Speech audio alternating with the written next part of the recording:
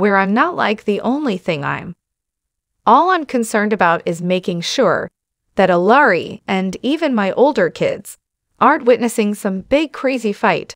So no, I get that's what it should be. I'm struggling to know how to feel right now, cause I'm like, no scary, keep the kids away from this mess. But then on the flip side, sometimes those interactions are what help. This is my speculation. There is a lot of pressure on a plural husband, and when there's a lot of problems going on in the family or a lot of strife because of whatever, it all falls on his shoulders. And I think Cody just finally decided he didn't want to do it anymore. Music. Crystal. Hey friends, it's Katie from Without a Crystal Ball. Welcome back to my channel. It's Wednesday, May 1st, 2024. I have to tell you a secret. I just found a clip from the bonus episodes, the More to Love episodes that they run on cable, so I have mine recorded on my Hulu app through my cable provider. That's how I have them anyways, and each episode the season, except for one, the very last episode, had bonus clips added, and so you could watch the regular episode and you could watch the bonus episode, which was like moral love throughout the season of season 18 of Sister Wives. Robyn was so adamant that it was her kids that made the decision to not do the gift exchange. She said in an interview on the couch that her kids came to her and told her that they didn't feel emotionally safe to be involved in a gift exchange with their siblings after a text exchange went mad.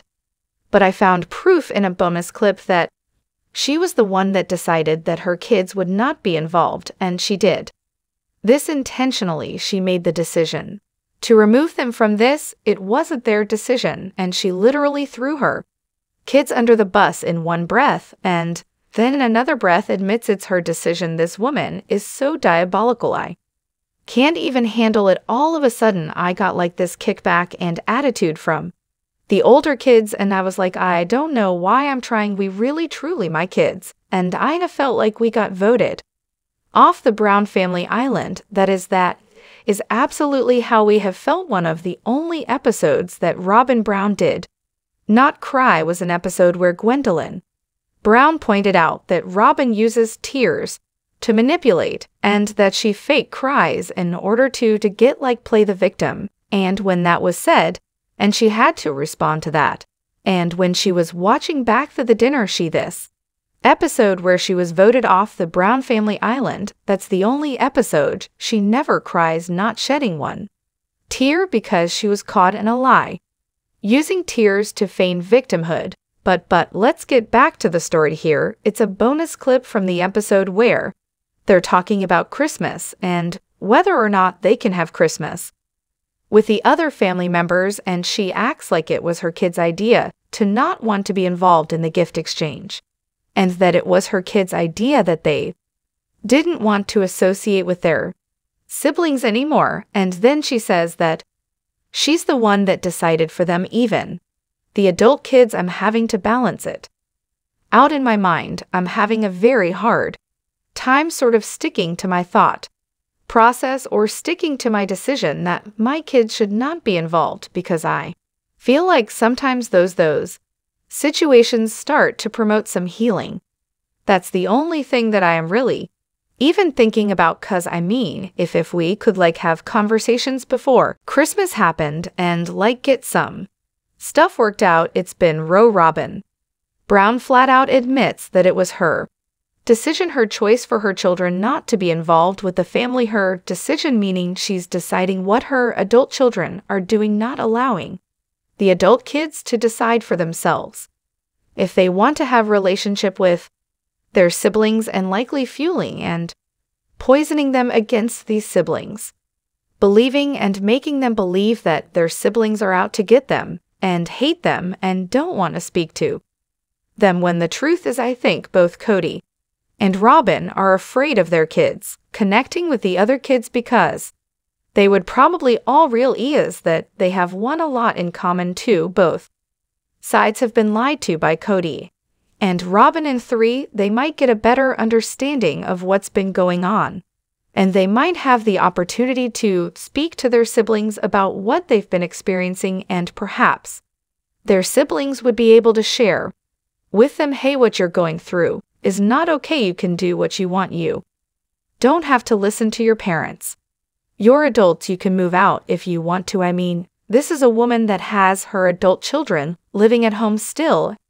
At home, she controls them so severely that they are not capable of going out on their own and living in their own place. I mean, I think Melty has described them as socially awkward and completely sheltered and completely inept to handle life on their own because Robyn controls them so bad, so she doesn't want her kids to have any influence outside of her. She is insane. It's wild to me that they don't include this kind of crap in the regular episodes, and that you have to find it through a more to love or through a bonus clip. It was never a decision, at least on my part, to have a division in the family. I'm appalled by it, and I don't get it, and I feel like that's not what you do with a family.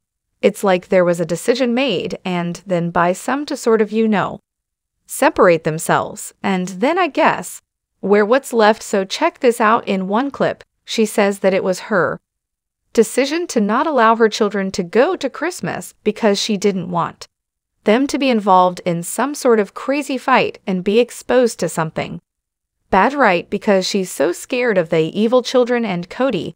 I mean, in all honesty, she could be scared of Cody's temper. I don't know, maybe Cody has made her feel so hostile, that the kids are so hostile against her that they're going to get ambushed. Honestly, I think that Robyn is not going because she's hiding. She doesn't want to have to be confronted with the truth, and she doesn't want to have to face any sort of uncomfortable realities, and it's easier for her to stay away from them and play the victim. In one episode, she says, I made the decision for us not to be involved in this because I didn't want me kids around with this, but I'm struggling with my decision if whether or not this is the right decision.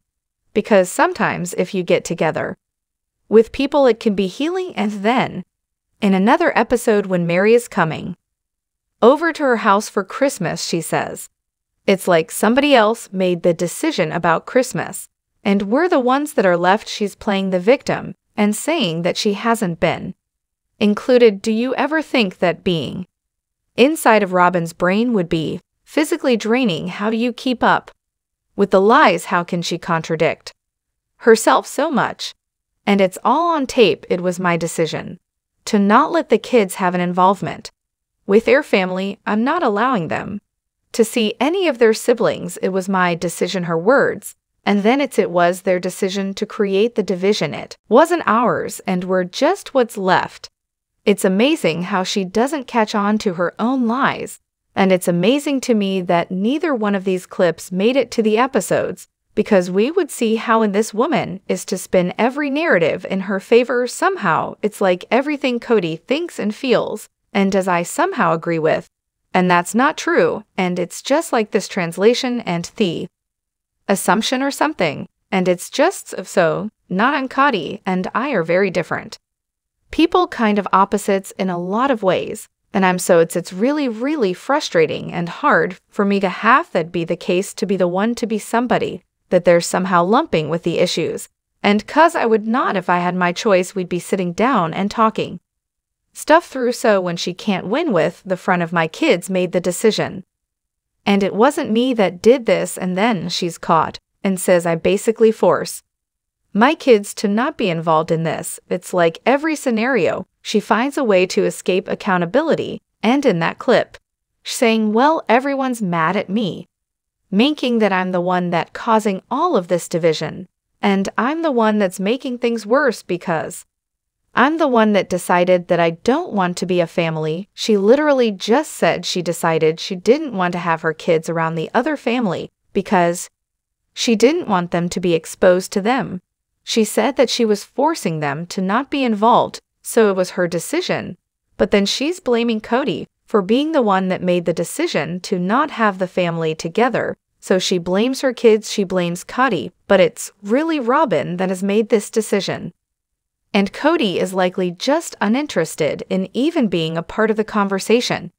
Because he knows it's not going to go anywhere. I don't want to be around people that don't respect me. I have zero interest in talking to these people. They don't obey me. And if they don't bow down to my authority, I want nothing to do with them. Right? Cody's eyes, his needs are getting met by the butt kiss ERS that are at Robyn's house, or so he claims. And because he believes all of them are the ones that are actually obeying him, he doesn't need to correct any of the relationships, and then he can default and say it was my decision.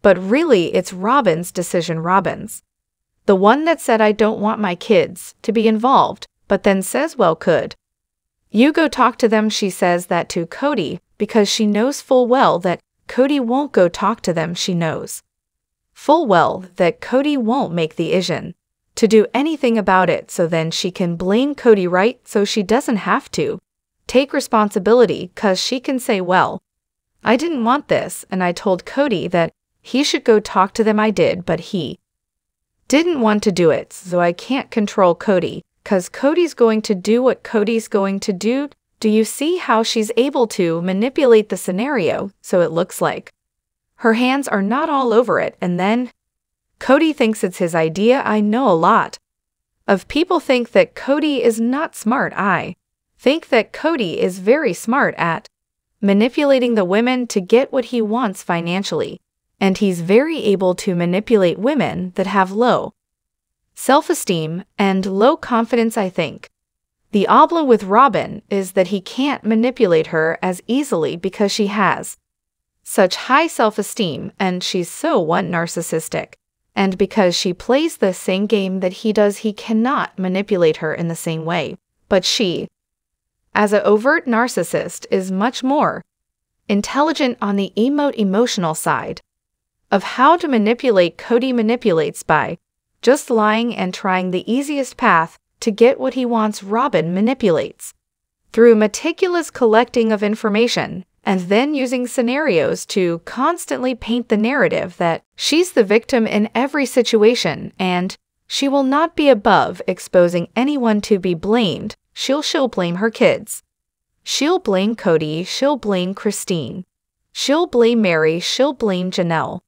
She'll blame the other kids. She will literally blame everyone, and she will never take responsibility. And she will always say, but I'm doing everything I can to make sure that everyone gets back together, when she's the one that created the division to begin with. So Robyn flat out admits it, and all of these clips prove it, and it proves how diabolical she is. So what are your thoughts about these clips? Are you surprised that these weren't aired on regular television? Were you surprised that she's the one behind a lot of this? And make sure to give this video a thumbs up. Subscribe to my channel if you haven't subscribed, and click on the bell so you never miss a video. Bye guys.